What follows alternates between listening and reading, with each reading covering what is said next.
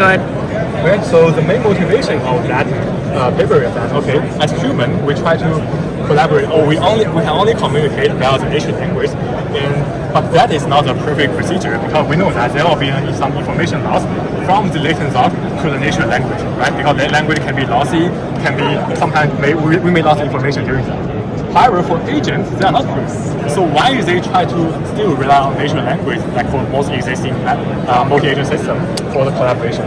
So here we try to see whether for agents they can communicate via the latent thought, basically going beyond the limits of the language. So we try to frame the procedure as a latent variable model. So first, user asks the question that what's the best way to get to the airport, and we have different agents, and different agents may give different answer based on their different, say, thinking procedure. The first agent may care more about the amount of luggage they need to carry, so they may suggest, okay, the agent may just go to the airport via the purse.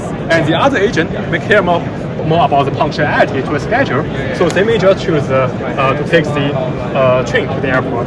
So here we just frame all this latent thought as a set of the continuous latent variable here, and all this observational data, like the text embedding, image embedding, or the different type of model state, are just like a set of another observed variable like ht here, and we assume that there exists unknown generative functions here, ht equal to fct, while we only observe ht, but not f, not the latent thought ct here. So as you can imagine, the main challenge here is that we try to make sure what we are recovering is correct, and also what we are recovering is meaningful.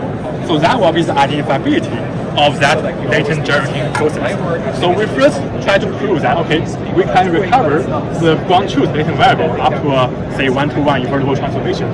So by that, we make sure that, okay, we are recovering the rising, not just some random arbitrary embedding. And for the second one, this is also very important, because as human, we don't want others to see all of our mind. On that, also the case for multi-agent system. For a specific task, some latent thought might be shared between them, and some latent thought might be just random or just kind of like relevant to one specific agent, and we don't want to share them to all of these agents. So motivated by that, we have our framework.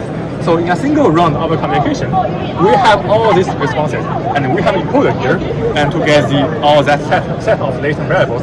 And remember, we can also identify the thought agent structure, so we know which agent should share which thought. So for example, for the red agent here, we identified only the first two parts are relevant to that agent, so we just append those two kind of latent thoughts into the future generation of that agent future responses. So that will be just one round of thought communication, and we do it round by round in order to improve the collaborative performance.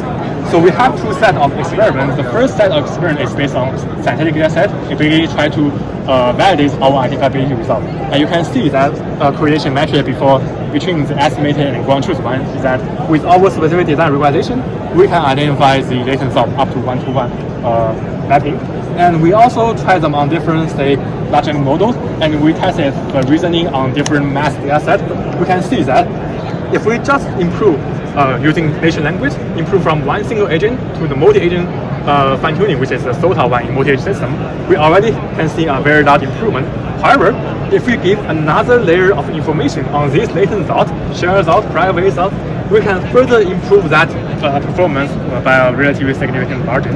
So that will be very kind of like interesting, because you can see not only large model, we can actually make our observation of any type of modality, say video embedding, audio embedding, say any type of languages. And so this is really something that is universal. And also, our procedure is mainly based on the latent layer, which means that we don't need to change any type of the existing sorta. So you may have a perfectly designed, say, multi-agent system based on language. As long as we provide more information, like additional layer of information about latent thoughts, we can have some information gain if possible. So I would consider that as kind of a universal paradigm that try to improve all existing multi-agent system by just adding more information on the latent thought and how we should share